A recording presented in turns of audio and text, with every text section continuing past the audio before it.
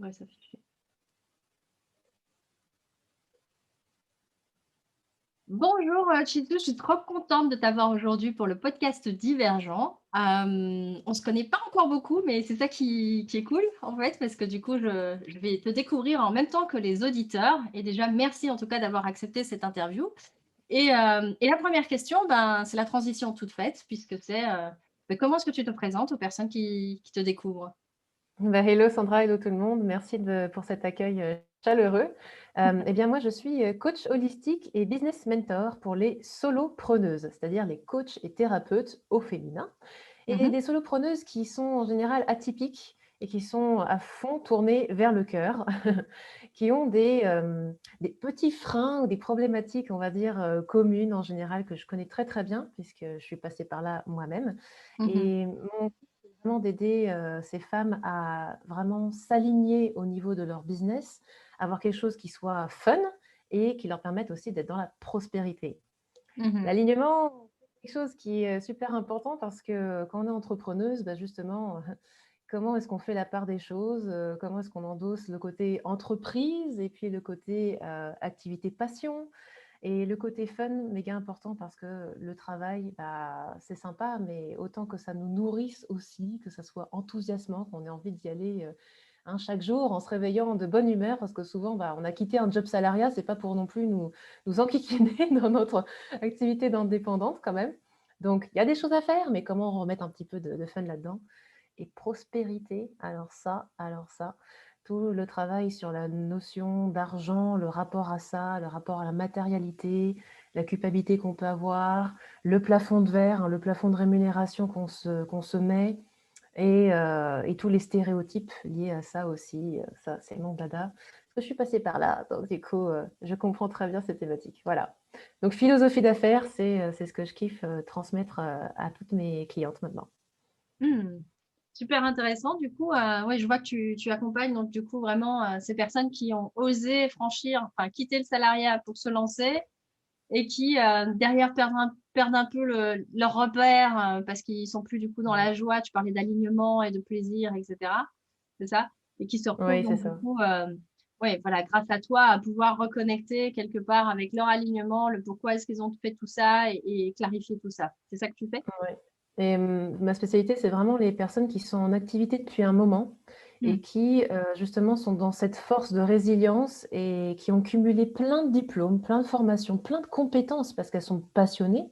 Elles ont envie de fournir le meilleur à leurs clients, mais à un moment donné, elles se sentent perdues parce qu'elles Ah, deviennent une boîte à outils et elles sont plus vraiment elles-mêmes. Comment se positionner vis-à-vis de ça? Comment prendre sa place, sans être, ce que j'appelle une serial slasheuse. Donc je suis, formatrice, maître reiki slash, hypno slash machin truc chouette, voilà. 10 mhm. 000 d'outils et au final, les gens savent pas pour autant ce qui se passe et si ça leur correspond. C'est ça. Donc voilà, prendre sa place et créer un accompagnement chouchoutage. Moi, c'est mon truc, c'est de créer des accompagnements chouchoutage, des offres, superbes pour nos clients pour qu'ils soient, au top du top. C'est C'est ça. ce que j'adore faire, ouais. Génial. Bah, merci déjà pour ce partage-là. Je pense que ce sera intéressant, plus tard aussi, qu'on va sûrement y revenir. Et là, en fait, ce que j'ai envie de te demander, c'est, tu vois, tu parlais un peu de ce côté, slash dispersion, et compagnie et je vois un lien, moi, en tout cas, avec ma deuxième question, qui est ma petite question plaisir, fun, que je pose à tous les invités du podcast. C'est, et si tu n'étais pas toi? Tu n'es plus Shizou, tu ne fais plus ce que tu fais, mais tu étais autre chose, quelque chose d'autre. Un animal, un végétal, une couleur, un symbole, une musique, j'en sais rien, autre chose. Tu serais quoi et pourquoi? Mmh. Moi, je serais un chat, Un sans chat. hésitation. Parce Oh. que ça représente bien ma philosophie principale qui est d'être flemmard intelligent, tu vois?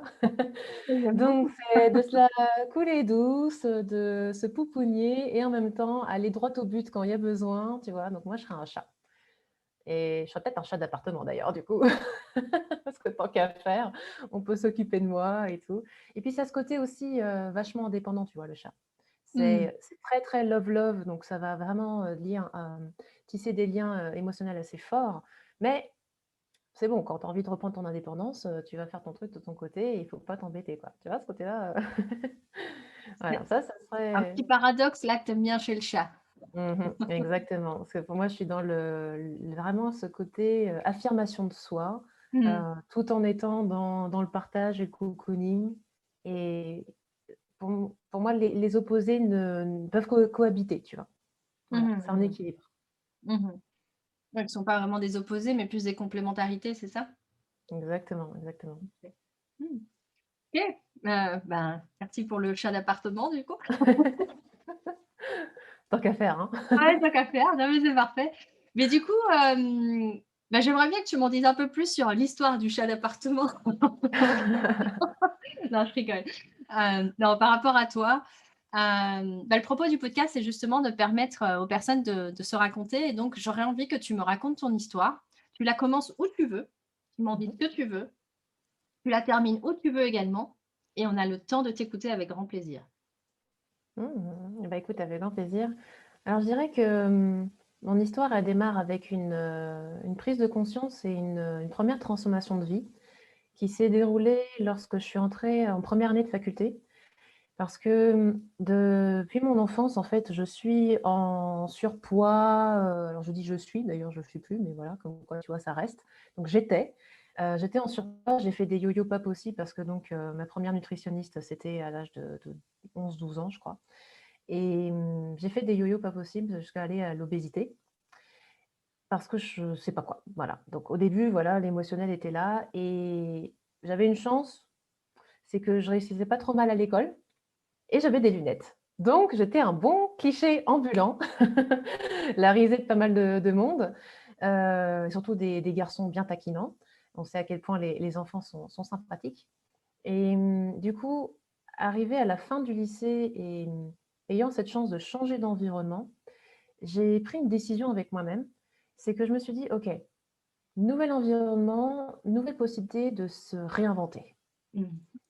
Et je voulais incarner une nana plus confiante et sociable aussi, qui ait, un groupe d'amis, et qui soit un peu plus ouverte et un peu plus fun, parce que j'étais vachement introvertie, donc forcément et qui commençait aussi à se détacher du regard des autres.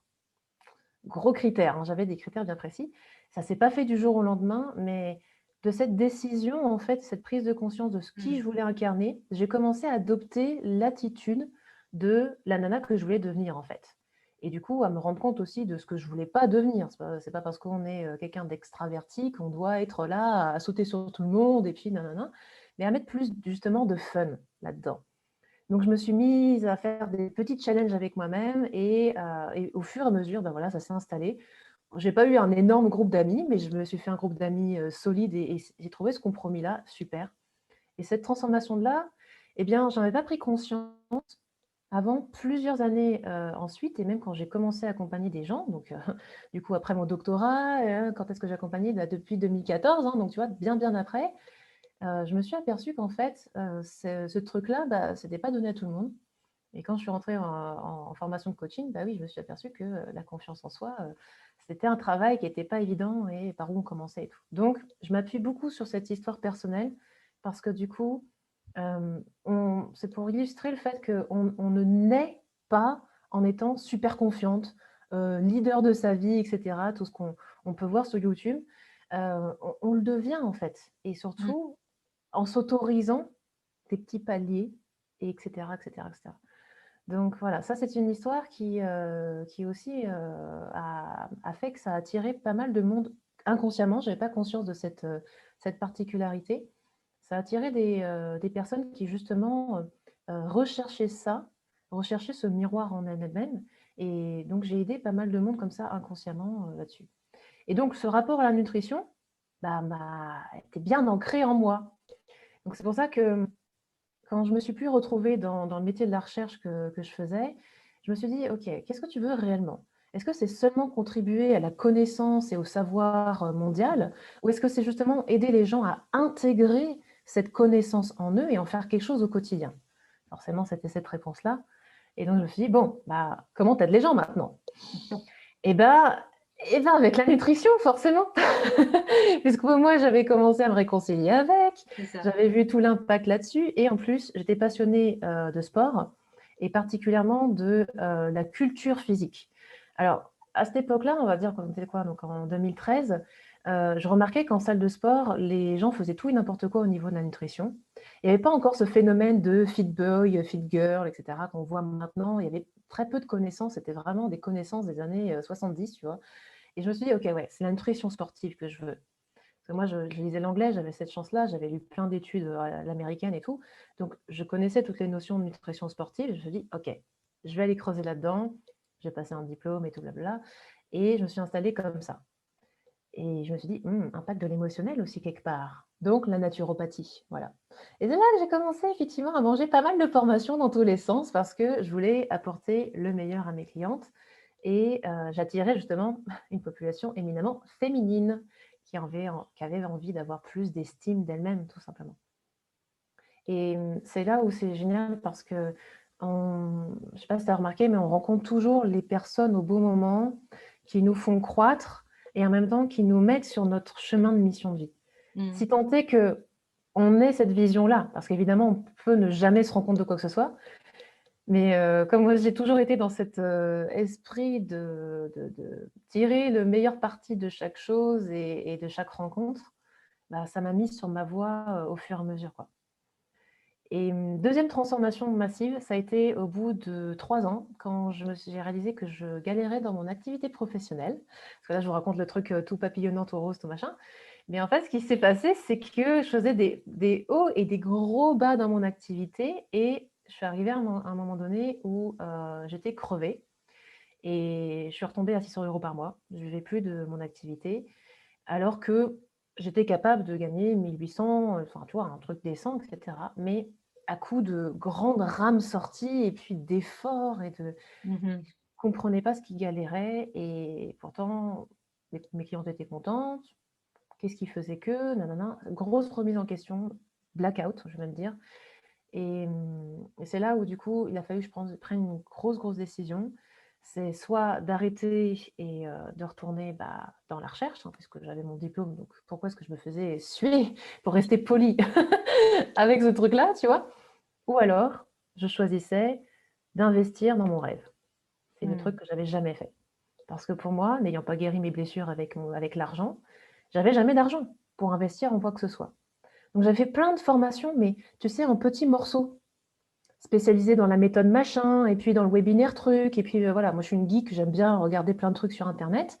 Ça avait pas mal marché, hein, des petits trucs par-ci par-là, mais c'était pas suffisant, il n'y avait pas tu vois, l'ensemble, et puis la méthode révolutionnaire. Moi, je cherchais toujours la méthode bling bling qui allait révolutionner mon affaire, tu vois. C'est ça, ouais. L'objet brillant, le C'est syndrome de pourtant, l'objet brillant qu'on le appelle ça. syndrome de l'objet brillant, mais à fond de chez fond. Ah bah oui, tu devrais faire ci, et puis tel réseau social, et puis tel truc, et puis telle méthode, A plus B égale C, nanana, et puis tu vas voir, machin. Et oui, mais émotionnellement, quand tu es, tu sais, un petit peu en pâte, pas beaucoup, tu te remets en question pour un rien, et voilà, ça, les méthodes, toutes les méthodes fonctionnent. Je vais vous le dire tout de suite, j'ai rien contre les méthodes comme ça. Tout fonctionne. C'est le truc de trouver ce qui nous correspond. Yes. Ça, c'est pas évident. Donc, bref, pour faire une histoire courte, encore une fois, la décision, ça a été ça, ça a été d'investir réellement dans, dans mon affaire. Prendre ça vraiment comme une entreprise, vraiment un business, et me réconcilier avec cette notion d'argent aussi. Et donc, j'ai investi 2 fois en moi. J'ai fait une formation marketing pour faire du marketing haut de gamme transformationnel. Et j'ai pris une coach en business pour travailler sur mes blessures. J'ai mis le paquet, première année, les premiers 5 400 € que j'investissais, tu vois, c'est marqué. Et pour ça, j'ai repris un mi-temps. Voilà, j'ai repris un mi-temps parce que je voulais investir et je voulais pas je voulais pas demander de l'argent pour ça. Donc, gros travail sur l'ego, parce que tu te dis, ouais, docteur, machin, pourquoi est-ce qu'elle refait un mi-temps? J'ai fait la plante verte en plus, tu vois, j'étais hôtesse d'accueil. J'ai eu cette grande chance de trouver un job d'hôtesse d'accueil, ça s'est super bien passé. Les gens étaient super sympas et tout. Parce que quand j'ai fait cette démarche-là, de reprendre ce mi-temps, je savais pourquoi je le faisais. Moi qui n'étais pas du matin, eh ben, je me surprends encore à te dire là maintenant Bah, j'ai réussi à me pointer à 8 heures du matin, à 1 heure de transport de chez moi, ok, de rester de 8 heures je sais plus, c'était 13 heures, je crois, je sais plus, c'était un mi-temps hein, du matin, pour revenir à la maison, revenir à mon bureau, refaire quelques consultations l'après-midi et être déterminée avec ma formation marketing et tout. Je savais pourquoi je faisais les choses, donc je rechignais pas et je me disais pas, oh pauvre de moi, je vais faire un mi-temps parce que j'ai échoué. Non, j'étais au début d'un nouveau projet. Voilà. Mhm. J'impulsais, je savais. Et donc, du coup, ça permet aussi de se dire, mais il n'y a jamais rien de dégradant dans la vie, en fait. Si ce n'est la valeur que nous, on met aux choses, quoi. Mhm. Et j'ai mis du temps à l'assumer, ce truc-là. Hein. Ce truc-là, je te raconte maintenant, mais je faisais pas trop la fière à l'époque. Hein. Il y a pas grand monde qui le savait quand même, hein, Ouais, tu c'est vois. ça. Parce que je savais dans mon corps, dans mon cœur, mais intellectuellement, il y avait quand même ce truc genre, ouais, l'ego, chaud, chaud, chaud, chaud bouillant. Mhm. Et donc voilà, ça a été la plus belle décision de ma vie parce que du coup, ça m'a remis dans la matière, remis dans le concret et, et ça m'a permis de réconcilier avec beaucoup, beaucoup de choses. De réconcilier le côté vraiment justement le cœur, la bienveillance avec le business, les affaires, pour créer ce que j'appelle maintenant un écosystème en fait de développement et, et tâtonner, tester des choses, alors des choses qui finalement n'étaient pas alignées, mais je ne pouvais pas savoir avant de les faire aussi. Voilà. Oui, c'est ça. Donc j'ai fait des erreurs, oh là là, j'ai fait des gros couacs, mais j'ai fini par trouver finalement ce qui me correspondait pour développer une philosophie, voilà, une philosophie d'affaires et accepter enfin, après pas mal d'expériences, que ce qui me correspondait, c'était pas forcément ce qui correspondait à mes clientes et que c'était OK. Que j'étais là pas pour transmettre the méthode qui marche avec Mhm. tout le monde, mais de transmettre un état d'esprit pour que mes clientes aient ce juste choix, de faire ce choix en fait pleine conscience et qu'ils soient tout de suite alignés avec ce qu'elles sont, leurs forces, quoi. Pour justement ne pas faire toutes les erreurs que j'ai faites, quoi. Voilà. Donc ça, c'est ma mission maintenant, c'est vraiment de transmettre ça pour éviter de galérer pendant X années encore, quoi. Voilà. Mhm. C'est super intéressant. Du coup, tu as deux moments charnières, on va dire ça, dans ta vie, mais on est d'accord que ce genre de comment les leçons d'apprentissage ou de sagesse, on les voit avec le recul, hein, comme tu le dis, Ouais, c'est c'est ça. sur le moment même, tu en baves et tu vois pas l'intérêt du truc. Et c'est que par après que tu dis: «Ah punaise, en fait, j'étais quand même pas mal, hein, là». Parce que tu Ouais, c'est parles de ça. ce premier truc qui m'a marqué et que je veux du coup, ramener, parce que ça a l'air anodin peut-être pour les personnes, mais je veux mettre en avant, c'est ce que tu disais par rapport à choisir ton identité, en fait. Mmh. Et au moment où tu as la possibilité de dire: «OK, maintenant on fait table rase, je vais commencer ailleurs et quelle nana j'ai envie d'être?» Comment elle pense, comment elle agit, comment, voilà, d'affiner et tu disais, hein: «Ouais, j'avais des critères bien précis». Mais c'est génial, je trouve ça comme exercice de pouvoir dire: «Bah, qui j'ai envie d'être?» et donc du coup, ben, ce que j'ai pas envie d'être aussi. C'est Tu disais: ça. «J'ai pas Ce envie qui j'ai d'être envie d'être et l'extravertie, qui rigole dans tous ressentir les coins». aussi. Tu sais, c'est Ouais, pas juste, ça fait beau sur le papier glacé, ouais. heu, parce qu'il y a des stéréotypes, par exemple, que j'ai dû, dépasser même en croissance dans mon activité. C'est quand tu commences à gagner, plus de 5 000 € par mois, tu te dis: «Mais en fait, la businesswoman», tu sais, avec le costard, le brushing bien lisse, le smile à l'américaine et puis, les montres et tout ça, est-ce que c'est vraiment ça que j'ai envie de devenir? Tu vois? Et Mmh ça, mh. c'était un bug que je n'avais pas tilté, c'est que pour moi, gagner beaucoup d'argent, ça devait changer dans mon image aussi. Donc, qu'est-ce qui vous ressemble vraiment? Et dans quel Mmh. stéréotype vous ne voulez pas tomber non C'est ça. plus? Mmh. Ça, c'est, une première ouais, grosse étape. Quelle Ouais, vision vous avez de vous? c'est ça. Qui tu as envie d'incarner et qu'est-ce que tu as envie effectivement, enfin, je trouve ça super intéressant aussi ce que tu amènes là, c'est cette notion de, hem tu sais, dans les promesses, marketing, c'est, par rapport au business, c'est, ayez X de chiffre d'affaires, mais souvent, en fait, le chiffre d'affaires, au final, n'est pas important pour la personne. Enfin, elle a pas conscience de ça au moment où, elle s'engage, hein, mais après coup, elle se rend compte qu'en fait, c'est pas une question de chiffre d'affaires, c'est justement qu'est-ce qu'elle a mis derrière. Ah, je pourrais être plus comme cette femme que j'admire ou je pourrais être, moins comme, cette, personne que je n'admire pas justement. Elle est toujours un peu Ouais. en comme en réaction quelque part et que c'est après coup que, ben, tu disais aussi à juste titre que c'est parce que tu as essayé plein de choses et que tu as connu des échecs, et je dis entre guillemets, ben, échec ou erreur. Je crois que tu as plutôt utilisé erreur que échec, autant pour moi. Et donc de dire, bah, oui, en fait, c'est pas des erreurs, c'était des apprentissages. Ça t'a permis du coup de savoir ce que tu aimais bien ou ce que tu aimais pas, au final. Exactement. C'est Et ça? c'est, il y a un truc que je réalisais pas à cette époque-là, c'est que tous les grands noms du développement perso nous disent toujours: «De toute façon, si vous voulez réussir, soyez OK avec». On peut dire échec, hein, échec, erreur, et cetera, parce que sinon vous n'apprendrez pas. Tu as Mmh. beau l'entendre, Ouais. tu beau l'entendre, quelque part, on a tous peur ou pas envie de se croûter. C'est normal. C'est un instinct de survie, tu vois? Et quand on se rend compte, en fait, de quand on laisse finalement nos peurs nous parler et qu'on se rend compte de ce qui est réellement en train de nous faire la guerre nucléaire dans notre tête, bah, c'est là où on peut, du coup, se rendre compte aussi qu'on peut cheminer avec un peu de frousse au ventre et quand même mettre en place les choses, quand Mmh. même tester, quand Mmh. même voir en temps réel ce que ça donne C'est ça. et se dépasser au final aussi. Ouais. Oui, parce qu'il y a cette notion, comme tu disais, qu'à un moment donné aussi, ce qui fait que tu donc le deuxième shift, hein, que tu nous partageais, c'est ce moment où tu décides de prendre de prendre 2 coachings et que pour financer ça, tu prends à mi-temps. Et je trouve Mmh. ça super intéressant aussi parce qu'il y a un peu ce fantasme de: «Ah non, si tu te lances dans l'entrepreneuriat, c'est la méga loose si tu retournes dans le salariat» ou je sais pas, il y a un truc un peu bizarre avec ça et là, je trouve ça super intéressant avec ce que tu nous partages là parce qu'en fait, c'est parce que tu es retourné en mi-temps que tu as pu en développer ton activité et la faire passer à un autre niveau du coup, puisque tu Exactement. étais Tout est une question accompagnée et de projet, en fait. Et si on reprend tout à l'état de projet, eh bien, une fois qu'on a posé le projet sur papier, première chose, c'est trouver les ressources, point. mmh, Et quand on remet tout ça à cet état de neutralité, les ressources, ben, on les trouve, les ressources. Et c'est extraordinaire parce que quand le projet est vraiment quelque chose, un projet de cœur qui mmh, nous tient à cœur, on trouve toujours les ressources.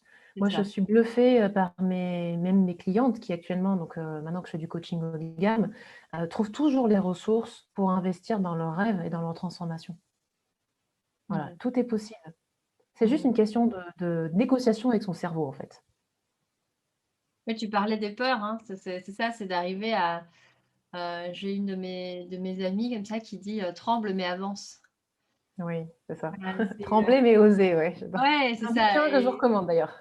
il y a un livre, ben voilà, mais c'est vraiment cette notion de, enfin, je sais pas ce que tu en penses, mais cette notion de finalement là où il y a de la peur, il y a du désir. On n'aurait pas peur si on désirait pas réussir, tu vois? On parlait de l'échec, mais en fait, on a peur de l'échec à la hauteur de notre désir de réussir au final et c'est ça qui Mmh. souvent, ouais, tu parlais de, tu vois, de guerre nucléaire dans notre tête parce qu'on se fait, 14 milliards de films et donc j'imagine que, voilà, il y a un moment donné où tu dis: «OK, stop», où tu t'es dit: «Ben, OK, là, ça peut plus durer comme c'est et je vais aller chercher ce mi-temps et je vais aller me faire accompagner». Alors que tu as pas les ressources, donc c'est aussi cette capacité à aller chercher toi les ressources de: «OK, j'ai pas les moyens là maintenant, mais je vais aller chercher, voilà, me lever tôt alors que je ne fais pas du matin, mais ça a un Ouais. sens pour toi et donc du coup, tu y vas, quoi. Et tu fais ça pendant combien de temps? Le mi-temps? Mmh. Moins d'un an en fait, hein. Moins d'un an parce que, une fois que j'ai engrangé l'information, débloqué mes limitations, tout de suite les actions ont été alignées. Donc j'ai pu en fait dans les premiers mois, le temps de me former, j'ai tout de suite implémenté.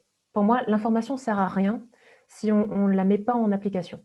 Donc tout de suite et à partir du moment où j'ai décidé que finalement mon activité d'accompagnatrice était suffisante pour, heu, pour reprendre le change et ben, en fait, ça s'est fait. Je pense que ça a duré 8 ou 10 mois, quelque chose comme ça.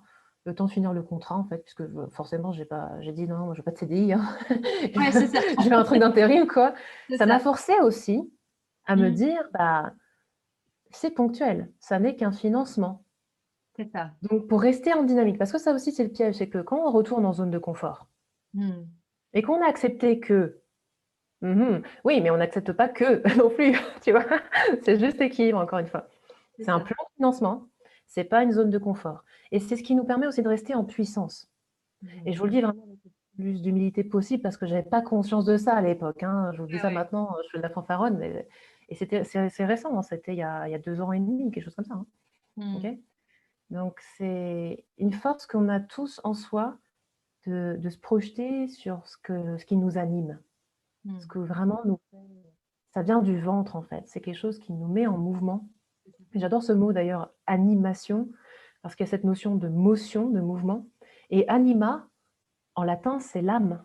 L'esprit, ouais. Mmh. Donc voilà, tout est relié. Quand vous connectez à cette puissance d'animation, alors il y a tout qui fait sens. Mmh. Et du coup, justement, à travers tout ton parcours d'évolution personnelle, pour les personnes qui nous équitent et qui nous écoutent, qu'est-ce que tu, quels sont les apprentissages de sagesse, en fait, que tu aurais envie de leur transmettre, justement, eux qui nous écoutent et qui sont peut-être dans une de ces phases, similaires à la tienne où, se retrouvent à changer l'environnement, à se dire qu'ils veulent avoir une nouvelle identité ou alors à se dire, ils se sont lancés dans le business, mais ils sont en train de se demander si c'est pas la fin des haricots et Ouais. donc qu'est-ce que tu aurais envie de leur transmettre? Je pense que le plus bel enseignement que j'ai reçu, c'est cette capacité que l'on a de se réinventer à l'infini. Parce que vous avez vu, il y a quand même une marge entre, la Chizou qui est nutritionniste holistique et puis, celle qui est coach en business. Vous vous rendez bien compte. Mmh. Mais laissez-vous le temps de découvrir votre zone de génie.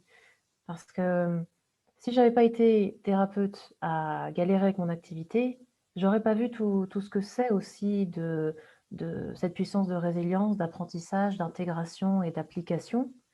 Et j'en suis venue à là parce que tout simplement, j'ai aidé d'autres amies entrepreneuses à se débloquer, en fait. Ça a Mmh. été tellement naturel, je leur fais: «Bah, tu fais comme ci, nanana et puis fais attention à ça parce que tu vas te dire ça et puis le saboteur bidule, machin truc chouette et machin», tu vois? C'est devenu super logique.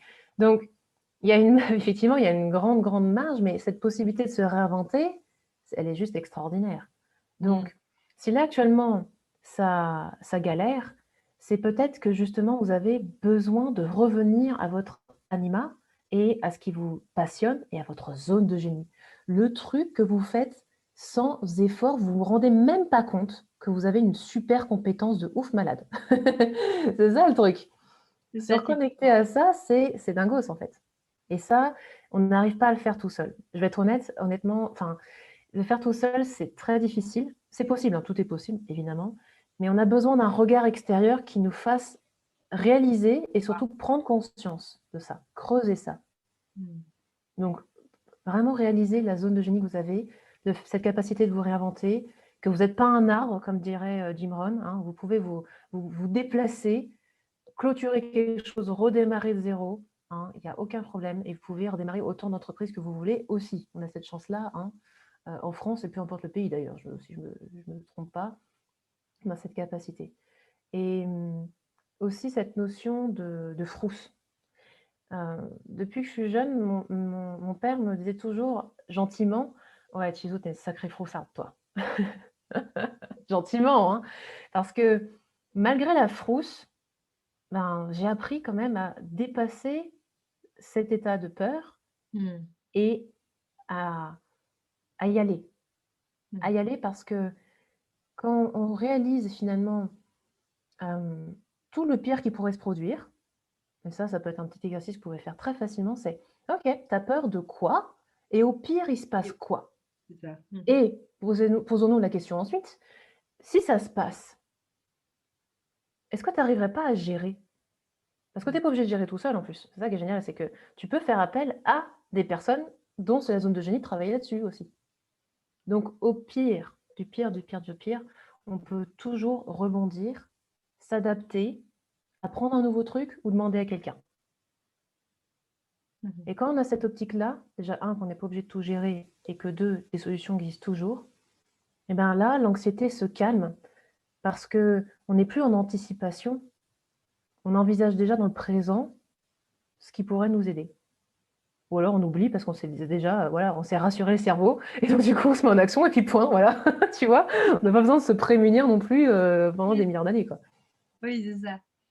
Oui, parce que, on a un peu cette ouais, on se fait des films, enfin tu parlais, tu vois? Et souvent c'est des films d'horreur, hein, Ah mais total. c'est pas des Quand contes je te de dis c'est la guerre fées. nucléaire, c'est ça, hein. On s'imagine toujours des gros films d'horreur et après, ouais, si on se pose un instant et que, comme tu dis, ça j'utilise aussi beaucoup c'est quoi le pire du pire? Mmh. Et le pire du pire, en fait, c'est même de se rendre compte souvent que c'est ben, le pire du pire, ça va, quoi. Ouais, ça va. Ça va le faire parce que le pire du pire, en fait, c'est juste pas possible que ça arrive. Il y a un moment donné, je vais, me bouger dans un sens ou dans l'autre parce que tu sais que tu as assez de ressources en toi de dire: «Non, mais ça, en fait, c'est tellement inacceptable pour moi que ça n'arrivera juste jamais, en fait». Heu Exactement. et tu parles de ça aussi, de cette notion de dire: «C'est pas juste toi avec toi tout seul dans ton coin». C'est que souvent, tu te rends compte au pire du pire, ben, tu as peut-être des proches qui peuvent t'aider, des amis ou des coachs ou des psys ou peu importe, qui peuvent justement, dans ces moments du pire que tu anticipes, après tu te rends compte qu'en fait, la Exactement. probabilité que le pire du pire arrive, elle est quand même très ténue et que donc du coup, ça vaut peut-être le coup de se remettre au présent quoi, comme tu disais, plutôt que d'être dans l'anticipation de tout ce qui pourrait arriver et et du coup, tu vois, ça m'intéresse parce que dans ton parcours, donc tu voilà, tu as tous ces, toutes ces prises de conscience, tous ces outils-là et j'aimerais bien savoir justement, toi, au jour d'aujourd'hui, tu m'as dit tu es business, mentor, hein, donc du coup, hem, j'aimerais bien que tu me dises, tu sais, je suis très fan de donc tu le sais peut-être pas en fait, non, mais je suis fan de Simon Sinek et Ah ouais. tu vois, cette notion du pourquoi, ça m'intéresse de savoir, bah, qu'est-ce qui t'anime? Qu'est-ce qui t'anime? Tu vois, tu parlais de d'animation, donc qu'est-ce qui t'anime profondément? Qu'est-ce qui fait que tu fais ce que tu fais aujourd'hui? Mmh. Alors, une partie de ma mission, c'est d'être une contribution véritable pour ce monde et surtout pour l'économie française. Je veux dire tel que c'est que je me suis tellement réconciliée avec la matérialité que pour moi, un entrepreneur ou une entrepreneuse, c'est un cœur créateur de valeurs, à la fois au niveau du cœur, des valeurs humaines, mais aussi au niveau matériel. Et surtout quand nous, entrepreneurs, on accepte d'être dans l'abondance, bah, du coup, on peut consommer aussi en pleine conscience. C'est-à-dire qu'au lieu d'acheter des trucs sur le site qui commence par A, qui finit par zone, eh bien, je consomme aussi là-dessus, ne vous inquiétez pas. Eh bien, on peut consommer aussi auprès de producteurs locaux, on peut consommer auprès d'artisans et on peut même impulser dans des PME françaises. Très récemment, par exemple, je suis intéressée à tout ce qui est écologie féminine, si tu vois ce que je veux dire. Et Mmh. donc, j'ai trouvé une PME française qui faisait donc des protections écologiques, donc avec vraiment des matériaux écologiques, et donc qui est française. Voilà, donc j'achète Mmh. français. Donc, je suis absolument pas patriote. Je suis biculturelle en plus, Chizu Sakamoto, papa japonais, maman française, tu vois. Mais pour moi, c'est important de contribuer à plein de niveaux et en étant une entrepreneuse éveillée, même en plus au niveau de la conscience, hein, bah, on contribue à tous les niveaux comme ça. On Mmh. contribue à tous les niveaux. Donc voilà ma mission et c'est pour ça que j'ai vraiment à cœur d'aider plein d'entrepreneuses parce que je ne vais pas être toute seule à révolutionner l'économie française, tu vois. Quand même, je réalise. Donc c'est pour ça que ça m'anime vraiment à fond, fond, fond et de réaliser ça en plus, c'est que une fois que nous, on a l'abondance, c'est d'autant plus facile de redonner aussi. Ouais. Donc depuis que je suis à la fac, encore une fois, tous les mois, je donne, à une association pour les enfants, par exemple et ça ne m'a pas quittée. Même dans les périodes de transition, les périodes de chômage ou de tout ça, j'ai toujours donné parce que, la contribution fait partie de mon moteur depuis Mmh. toujours, quoi. Voilà. Mmh. Génial. Bah, merci, pour ce pourquoi et du coup, aujourd'hui concrètement, comment tu le fais? Tu le fais juste à travers ton enfin juste, on s'entend. Je voulais pas dire juste dans le sens: «Tu fais que ça?» non, mais ce lapsus bizarre là. Mais comment concrètement tu fais donc pour, justement incarner, au maximum cette envie, ce désir, ouais, cette envie de contribution, cette mission de contribution au monde? Alors concrètement, déjà, comme je suis mentor, pour moi, c'est important de montrer l'exemple Mmh. et c'est pour ça que je travaille toujours sur moi-même, sur mon état d'esprit et sur mes blocages énergétiques vis-à-vis du développement d'activité, et vis-à-vis de cette, notion de croissance. Mmh. Parce que, si on ne s'autorise pas nous-mêmes déjà à croître et à le faire toujours avec le cœur, avec alignement, à questionner justement nos conflits internes, eh bien, on ne va pas être un bon, même un bon coach pour nos clients. Enfin, moi, c'est ma philosophie, hein. C'est-à-dire qu'un coach se doit de toujours se faire coacher et de toujours progresser lui-même pour bien Oui. coacher les gens. Attention, je dis pas non plus que faut pas déclencher le syndrome de l'illégitimité, hein, non plus, en disant: «J'ai pas tout réglé dans ma life, donc il faut pas que je m'occupe des gens». Non, non, non. On progresse, on est juste un petit peu en avance, en fait, Mmh. sur, nos clients dans les aspects qu'ils veulent travailler. Donc pas en avance sur tous les aspects non plus. C'est ça. Mmh. Voilà. Donc ça fait partie des choses que je fais donc du coup très régulièrement, personnellement, c'est que j'ai toujours des coachs et des mentors pour m'aider dans mon activité. Et j'essaie de me remettre en question sur les bonnes choses et pas sur ma puissance personnelle, pour, toujours inspirer justement et montrer aux personnes qui me suivent, même à ma communauté, puisque j'anime un groupe Facebook qui maintenant a plus de 800 membres, que tout est possible dans leur domaine de passion. Voilà. Mmh. Donc c'est montrer cet exemple-là. Mmh. C'est génial.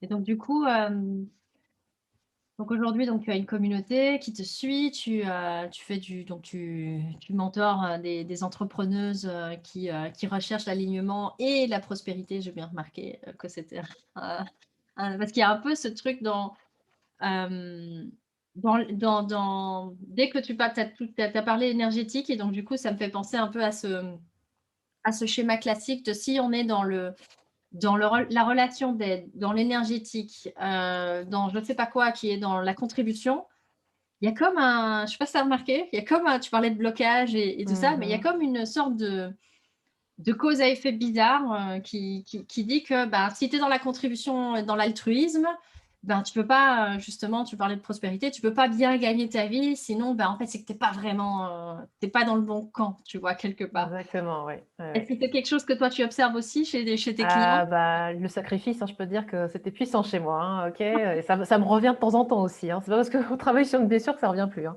Non, non, bien sûr. Hem Et toute cette dualité, de toute façon, moi je dis, c'est qui a dit un jour que la perchitude et le business, ça faisait pas bonne affaire? Qui a dit un jour que la prospérité et l'altruisme, ça faisait pas bonne affaire? Mmh Hein? mh. Je suis désolée, Mère Teresa, elle allait demander de l'argent, hein, pour ses ses œuvres, hein. Elle allait pas juste attendre comme ça que le chèque tombe tout cuit dans son bec, hein. Elle est connue Ouais, pour ça d'ailleurs, parce qu'elle était déterminée, quoi. ouais, c'est ça. Donc arrêtons de nous raconter des histoires paternalisantes souvent d'ailleurs, qui nous maintiennent bien dans notre zone de, désolée du mot, mais de médiocrité, alors qu'en fait on est des êtres illimités. Mmh. Et reconnaître ce côté illimité, pour moi, c'est la plus belle spiritualité qui puisse exister. Mmh. Et je suis enseignante aussi, en énergétique.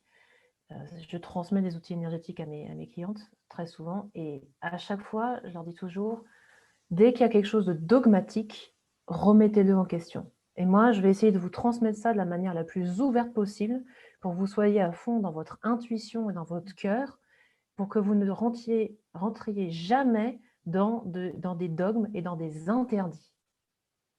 Il y a une différence entre appliquer une éthique et une déontologie et avoir des interdits. Voilà. Donc Mmh. ça, c'est pour moi le plus grand message, Mmh mh. là-dessus, quoi. Génial et du coup, j'ai bien aimé, aussi ce que tu partages par rapport au fait qu'on a en tout cas dans tes croyances, hein, pour pas parler de dogme, on va dire. Donc dans tes croyances, il y a cette notion que nous sommes illimités et que, ben, il y a des barrières, il y a des freins, il y a des choses comme ça qui font qu'on en est là où on en est et qu'on chemine, hein. Et du coup, j'aimerais bien savoir, toi, si tu veux bien me partager, ben, quand tu, quand tu traverses un obstacle, une épreuve, un «échec» entre guillemets, ben, bref, que quelque chose de plus difficile, on va dire ça comme ça, quand tu as l'impression que tu vois pas le bout, hem, comment tu fais pour reconnecter justement avec ce pouvoir illimité? Qu'est-ce que tu te dis? Qu'est-ce qui tu sais, c'est cette notion de pour moi, résilience et divergence sont très, très étroitement liées. Donc c'est qu'est-ce qui fait que justement tu arrives à être dans l'illimité, dans ce champ des possibles que la divergence permet, quand tu es, dans le creux de la vague, au fond du gouffre ou je ne sais pas c'est quoi la métaphore qui te parle le plus, mais, je veux dire voilà, quand ça va pas. Quelle est ta stratégie à toi, Shizou? Alors là, en plus, je vais pouvoir vous en parler avec une grande humilité de nouveau parce que ça m'est arrivé il y a encore pas très longtemps et il y a moins d'un an, je vous aurais dit, je serais retournée justement dans ma connexion spirituelle et dans le développement énergétique et le truc, c'est que j'ai remarqué que c'est que quand on veut s'occuper de soi-même, quand on est dans une boucle négative, bah, on est dans nos auto-limitations justement. On Mmh. baigne dans nos limitations et on ne voit plus l'étincelle possible. Du coup, là récemment, heu, j'ai pris finalement la décision que j'avais le droit de ne pas être une superwoman et je crois énormément, mais alors énormément à la co-création et du coup, ce que je me suis rendu compte, c'est que j'étais entourée en plus. J'étais constituée ce que j'appelle une team de lumière, une super team de coachs et de copines finalement et du coup, j'appelle quelqu'un. Voilà. J'appelle une copine et on a réussi à trouver ce juste milieu entre passer de copine à coach, coacher. Parce que là, c'est extraordinaire, c'est quelque chose que je vous souhaite vraiment, de passer à ce côté professionnel et voilà, c'est génial parce que le rapport est très, très bon. Hem et ça débloque de fou furieux. Donc vraiment, encore une fois, n'estimez pas que vous avez besoin d'être des superman ou des superwoman tout le temps. Parce que vous l'êtes, forcément. Pas de question à se poser là-dessus, mais pas tout le temps. Allez vous recharger.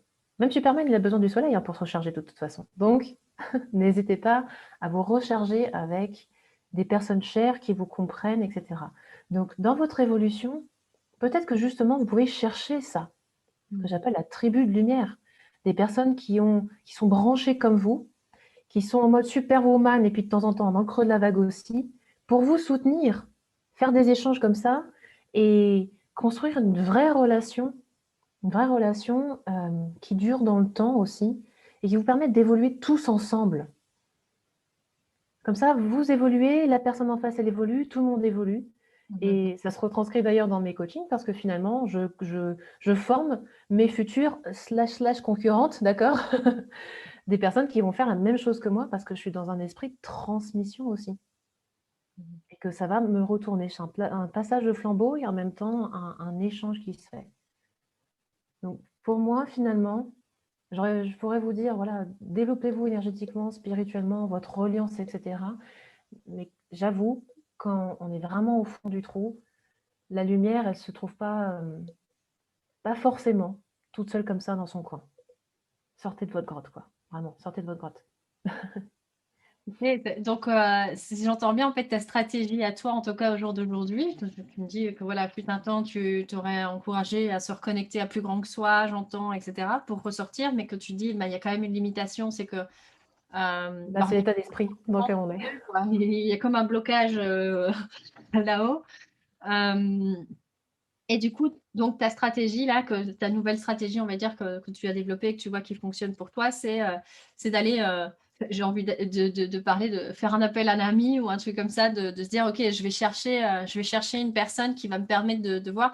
Ça m'intéresserait que tu approfondisses un petit peu, tu as parlé de cette notion de, hem, copine coach, enfin, de comment Oui. est-ce que comment est-ce que vous gérez justement, surtout quand on est dans un environnement, parce que tu parles, voilà, d'avoir des personnes qui sont dans le même cheminement que toi et donc comment est-ce que tu fais pour, voilà, pour que d'un côté à l'autre, ce soit clair, le cadre soit posé? Oui. Alors en fait, je pense que c'est un grand enseignement du Covid, ça aussi, c'est de se rendre compte de la puissance du contact humain que l'on a à disposition. La Mmh. technologie qui nous avait un petit peu écarté parce qu'au final, tout est accessible et donc du coup, on prend moins de contact avec les gens, hein, est en train de maintenant nous servir.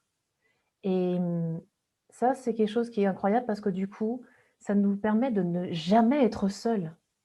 L'illusion qu'on est seul chez nous, c'est une illusion de malade mental.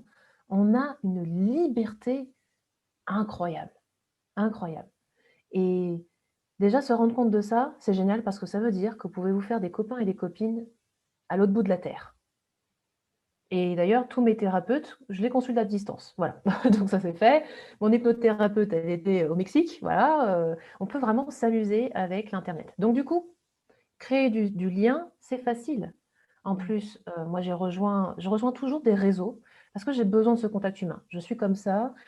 La période introvertie, comme vous avez vu, je l'ai complètement zappée pendant toute ma faculté. Donc maintenant, je suis dans le réseau. C'est ma façon de faire. D'accord? Encore une fois, c'est personnel. Peut-être que ça ne résonne pas du tout avec vous. Prenez ce qui est bon pour vous, hein. Mmh. Et j'intègre très régulièrement des réseaux pour justement rencontrer des profils qui me ressemblent. Mmh. Et je cultive le lien. Parce qu'on rencontre une fois la personne que voilà, d'accord? Je C'est cultive ça. le lien et moi ce que j'aime bien, c'est le thème d'ailleurs du mardi sur mon groupe, c'est le café. Un café visio. Donc animer un café ou alors en tout cas, reprendre 20 minutes ensemble pour échanger, se créer vraiment cette connexion, c'est super, super important. Et vous allez voir, ça va passer et cetera. Et il y a des fois en plus, on rencontre des personnes, heu, c'est incroyable, on a l'impression que on les connaît depuis, 10 000 ans déjà, alors que ça fait 15 minutes qu'on s'est rencontrés. Tu vois cette sensation que ça match direct? C'est Bah, ça. ça, c'est des petites perles qu'on garde sous le coude. Voilà et le hasard fait bien les Mmh. choses, c'est qu'on fait souvent les rencontres au bon moment. On fait les Mmh. rencontres au bon moment. Donc on garde un carnet d'adresses du coup, de personnes avec qui, on s'entend bien et avec qui c'est possible de faire ces échanges et ça va se faire naturellement en fait, ça va se faire Mmh. naturellement. Et si un jour ça couaque parce que vous sentez que l'échange il est pas équilibré, bah, c'est qu'il y avait besoin de ça à un moment donné pour vous faire réaliser que finalement c'était pas équilibré et c'est pas ce qu'il vous faut, pour essayer avec quelqu'un d'autre. Mmh mh. Mmh. C'est tout et c'est à force d'expérimentation. Après vous pouvez aussi, intégrer si vous êtes, entrepreneur par exemple, on connaît bien l'effet du mastermind, de se mettre avec d'autres personnes qui, sont pas du tout de notre horizon et qui vont pouvoir justement échanger avec un point de vue plutôt, rationnel et bienveillant sur notre activité, sur nos projets et cetera et cetera. On peut aussi intégrer des cercles de femmes. Mmh. Donc par exemple, c'est ce que j'ai créé un cercle de femmes avec des projets et une fois par mois, on se rencontre pour parler projet ou parler de soucis personnels, voilà, dans un cadre bienveillant, d'écoute et de partage et justement d'avoir cette vision externe sur un point de friction, par exemple. Mmh. Donc il y a plein de solutions, qui sont offertes et maintenant tout se fait en ligne. Donc vous avez accès à tout ça. Cercle, cercle de femmes, cercle d'entrepreneurs, réseautage, et mastermind. Voilà. Mmh. Il y a pléthore de façons de rencontrer ces personnes-là. Encore faut-il faire le premier pas. Ouais, carrément. Ouais, je te rejoins complètement dans cette notion de, d'illusion de la séparation. Je me souviens, tu parlais de reliance et de cette notion de, bah, du lien, OK, avec plus grand, mais aussi même enfin, vertical, mais aussi horizontal, de se dire en fait, au jour d'aujourd'hui, voilà, tu parlais de ton hypnothérapeute au Mexique, mais c'est tellement facile d'être connecté avec des gens un peu partout sur la planète et du coup qui peuvent nous permettre comme ça de cheminer avec leur vision du monde, parce qu'une autre culture, parce que peut-être une autre langue, mais du coup, il y a je parlais de hasard et je me dis: «Il y a pas de hasard, il y a que des rendez-vous». Il y a un peu ce truc de, oui, tu rencontres une personne, tu sais pas pourquoi, tu sais pas, comme tu dis, tu ne l'expliques pas, ça se passe bien et puis tout un temps et puis après plus. Mais comme tu dis, en fait, ça fait partie Du du chemin. jeu, quelque Mmh. part. C'est OK, on a cheminé ensemble jusqu'à un certain point, on s'est apporté jusqu'à un certain point et puis après, ben, on se quitte bons amis et peut-être qu'on va se retrouver un peu plus loin, sur un autre chemin, et c'est ça qui est magique, ouais. Cette notion de lien et cetera. Mais comme tu disais aussi, bon, Moi, évidemment, j'accroche beaucoup avec cette notion d'être en lien parce que ça me parle beaucoup et les réseaux etc.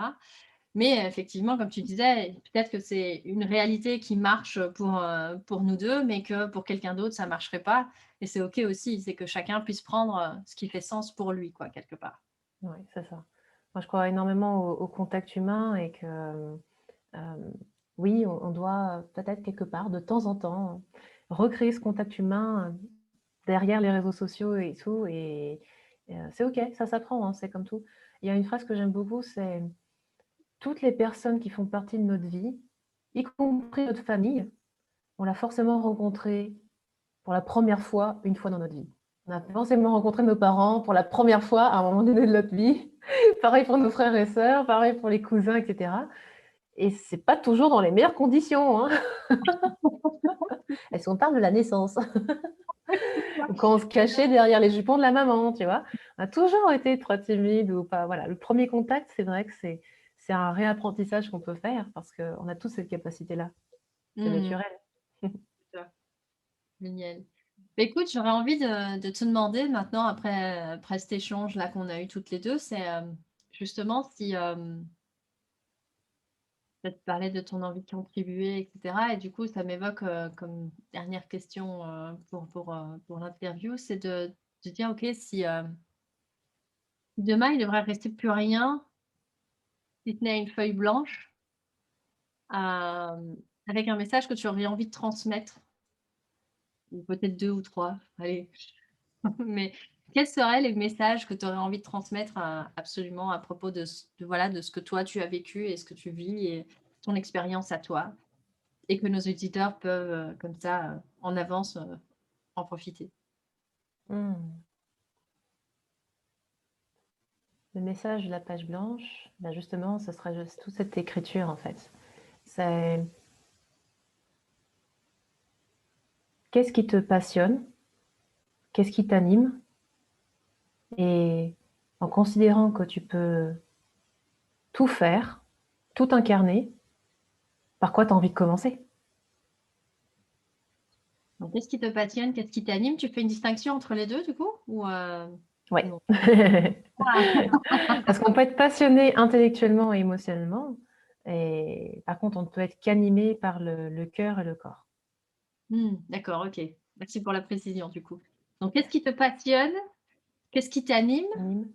Ouais et si tu Et considères par que où tu as tu envie de peux commencer? voilà, exactement. En prenant ce principe-là, que tu es illimité et que tu peux te recréer, par quoi tu as envie de commencer? Et c'est parti, écris sur cette page blanche. C'est ça. Continue. Tu laisses des questions et tu dis mettre les réponses au verso. C'est ça, mettre la réponse, c'est ça, pas juste dans ta tête. Écrire, c'est déjà le début de la concrétisation. C'est ça, ça devient ça c'est intéressant aussi ce que tu partages là parce que je vois beaucoup et moi pareil, hein, je me mets pas dehors, mais il y a beaucoup de choses où je me dis: «Ah oui, cette question-là, elle est puissante, il faudrait que je me la pose» et je commence à réfléchir dans ma tête, mais je ne transpose pas par écrit et je vois la différence quand je le fais de vraiment prendre le temps d'ouvrir un carnet, d'y aller, de Mmh. vraiment poser une question et d'y répondre en écriture, libre. On va dire ça comme ça et la différence entre le faire dans ma tête et me donner la bonne conscience que j'ai fait l'exercice, on va dire ça comme ça, que j'ai Ouais. nourri la réflexion, hein et le fait de vraiment, comme tu dis, le matérialiser en l'écrivant parce que là, du coup, c'est écrit, on le voit, on peut le relire et se dire: «Tiens, c'est intéressant, pourquoi j'ai marqué ça?» Ouais, Alors une phrase en entraîne une autre aussi, hein. quand on est dans la tête, on se rend pas trop compte de toutes les histoires qu'on se raconte. Parce qu'on raconte quand même beaucoup de choses. Non, ça raconte beaucoup de choses, ouais. On raconte beaucoup d'histoires, hein. C'est ça. Génial. OK. Bah, écoute, merci beaucoup en tout cas pour le temps que tu m'as consacré aujourd'hui.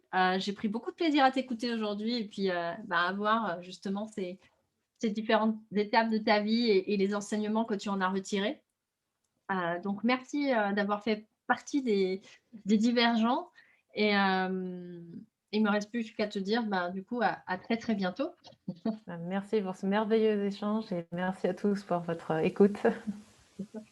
À bientôt, Tidou. Ciao, ciao.